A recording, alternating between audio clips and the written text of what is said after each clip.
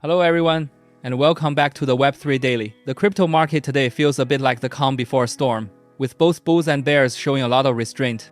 To sum up the market in one sentence, Bitcoin is consolidating with low volume around the $113,000 mark, while Ethereum is showing relative weakness, having pulled back to the $4,100 range.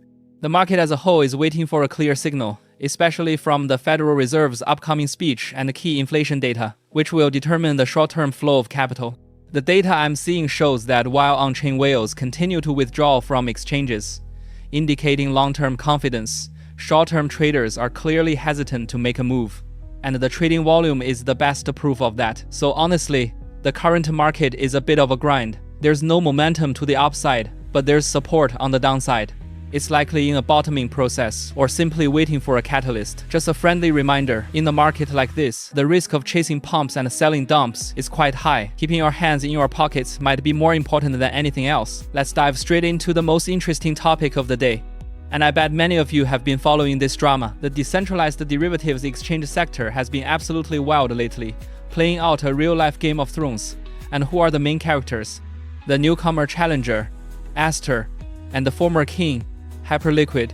To be honest, I was a bit stunned when I first saw the numbers. Aster's 24-hour trading volume skyrocketed to an astonishing $11 billion, directly dethroning Hyperliquid. You have to remember, Hyperliquid has been the undisputed king of this space for a long time, and now a formidable new player has suddenly appeared. So what's the story behind them? There are a lot of rumors circulating, but the most plausible one is that Aster is backed by CZ's YZ Labs. This rumor alone instantly makes the whole story incredibly dramatic. Aster's strategy is also extremely aggressive, launching products with leverage as high as 2000x or even 3000x. This is basically like dancing wildly on the edge of traders' risk appetite. This ultra-high leverage has attracted a massive amount of traffic and degens, but it also makes many people feel that this is no longer trading. It's more like running an on-chain casino.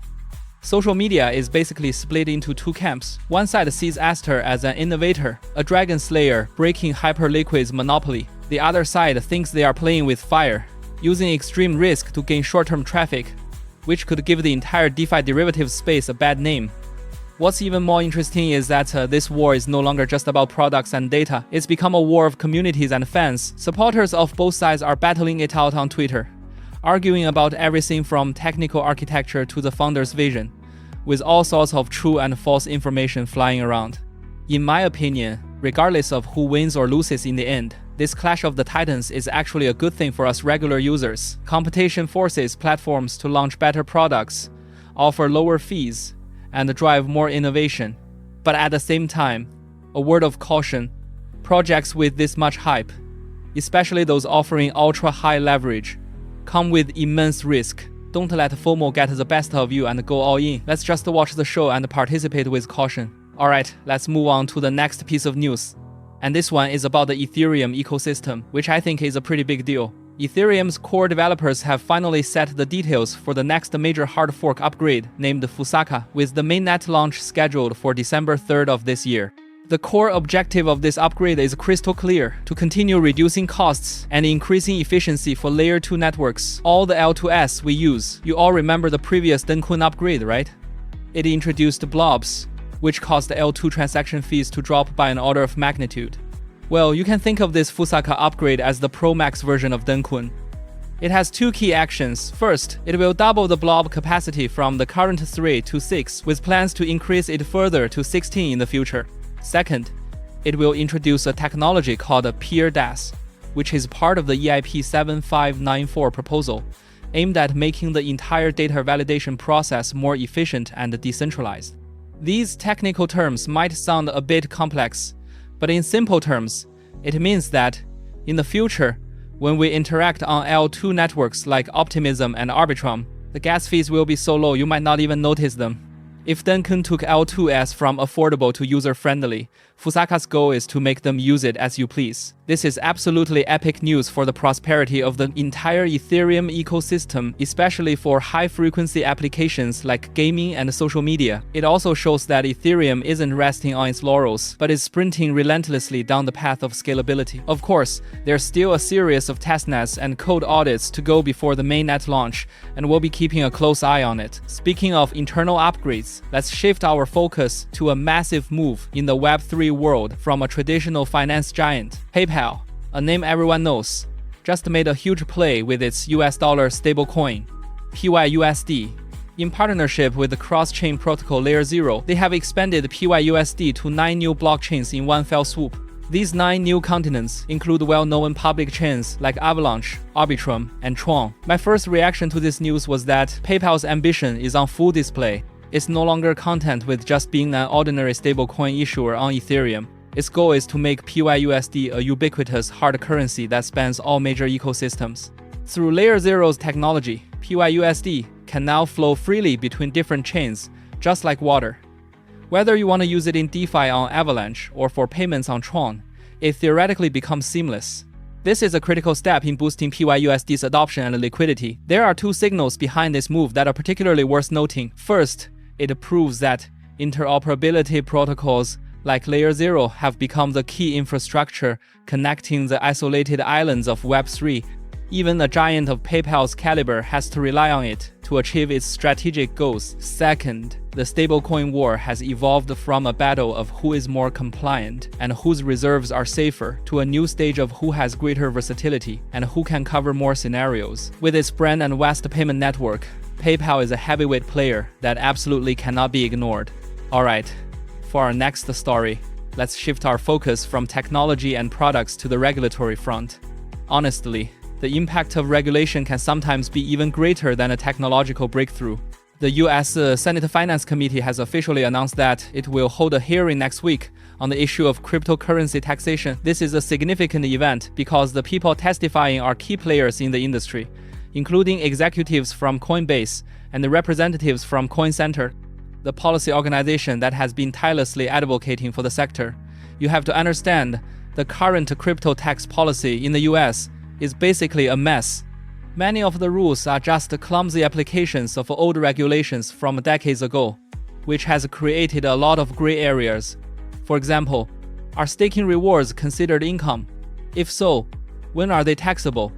How do you report taxes on DeFi liquidity mining? There have never been clear answers to these questions. So, this hearing is about putting all these issues on the table for a formal, systematic discussion.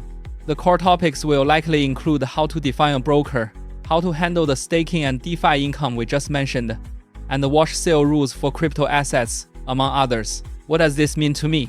It means that regulators are finally moving away from a whack-a-mole style of enforcement and toward a top-level design, preparing to establish a clear set of rules for the industry. Of course, there are risks. If the rules are too strict, they could stifle innovation. But in the long run, a clear and predictable regulatory environment is a prerequisite for attracting large-scale traditional capital. Therefore, the outcome of this hearing could directly shape the trajectory of the entire crypto industry in the US for years to come. Alright, let's talk about something more serious. This is a security news item that's directly relevant to the safety of everyone's assets. The renowned cybersecurity expert Brian Krebs recently dropped a bombshell. A rampant software supply chain attack has been discovered. 18 very popular JavaScript packages were injected with malicious code by hackers. The attack method is particularly insidious. The hacker didn't launch a direct assault on a specific project. Instead, they used phishing to steal the account credentials of a core developer. Then, like poisoning a well, they quietly inserted crypto-stealing scripts into these widely used foundational code libraries. What does this mean? It means that tens of thousands of downstream projects, including many of the Web3 applications, wallets, or dApps we use, might have unknowingly invited this Trojan horse into their systems simply by performing a routine code update. Once a user's device runs this poison code, it will automatically scan for and steal the cryptocurrency in their wallet. I honestly got a chill down my spine when I read this. It exposes a harsh reality. No matter how secure the blockchain itself is, the security of the application layer built on top of it can be compromised by a vulnerability hidden in a tiny, open-source component you would never suspect. We often talk about decentralization, but in the software development lifecycle, we still often rely on centralized individuals and platforms. So, this incident is a major wake-up call for project teams. It's crucial to strengthen audits of third-party code. For us regular users, we must remain vigilant, use hardware wallets whenever possible, and properly isolate our private keys. Security is, and always will be, the top priority in the world of Web3. Alright, for our last story today, let's dive into a blockbuster where crypto, politics, and national security collide. A company called World Liberty Financial, the same one that previously issued the Trump-branded token WLFI, is now under fire from a watchdog group called Accountable Us. The organization released a report accusing the company of selling tokens to crypto wallets associated with sanctioned entities. This is a heavy accusation. The sanctioned entities named in the report are all major players, including the North Korean hacking organization Lazarus Group, an Iranian cryptocurrency exchange, and a familiar Russian mixing tool. The report also provides specific transaction examples that serve as rather compelling evidence. For instance, on Inauguration Day, January 20th of this year, a wallet allegedly belonging to a company insider sent 600,000 WLFI tokens to another wallet. This receiving address had previously been identified as having interacted with the Lazarus Group. After reading the details of the report, frankly, I was shocked. This goes beyond a simple compliance oversight. It directly crosses a national security red line for the United States. Just imagine, a crypto project linked to a former US president may have, intentionally or not, transferred funds to America's adversaries. The gravity of this situation is immense. This incident will almost certainly trigger a massive investigation from agencies like the US Treasury's OFAC. It serves as a loud wake-up call for the entire industry, especially in the emerging field of tokenizing the IP of political figures. If compliance and due diligence aren't meticulously handled, the consequences could be disastrous. This story is likely far from over. And that wraps up today's Web3 Daily. If you found this helpful, please remember to hit the like button to show your support. We're here every day, filtering through the noise to bring you the most crucial information in the Web3 world, the news closest to the money. We hope that by curating this content, we can help you make more rational and informed decisions on your Web3 investment journey. Also, I've prepared exclusive registration links for major exchanges in the comments section below. These are high rebate offers we've secured for our followers, and we hope they can help you save on costs. Let's stay rational, move forward steadily, and grow our wealth together in the world of Web3. May every one of our friends see their crypto assets grow steadily. We'll see you tomorrow.